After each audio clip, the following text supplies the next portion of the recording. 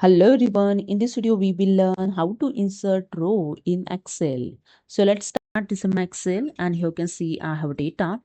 To insert row, here I select one cell, row number 4 cell. Here I'm going to insert row between 3 and 4 row number. Okay, so press the shortcut key Shift Control plus sign, and here one dialog box is open.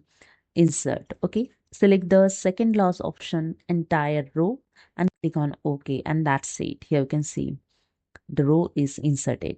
Okay, the second way, simply select the row and right click of the mouse and click on the insert. The row is inserted. And the again you can use here the different shortcut key. Select the cell. Okay, and you can use here the Alt H I R. Okay, Alt H I R. You can see the row is inserted. Okay, and if you want to go through without shortcut key, select the cell and go to the home tab. In cells group, click on the inserts and click on the insert sheets row, and that's it.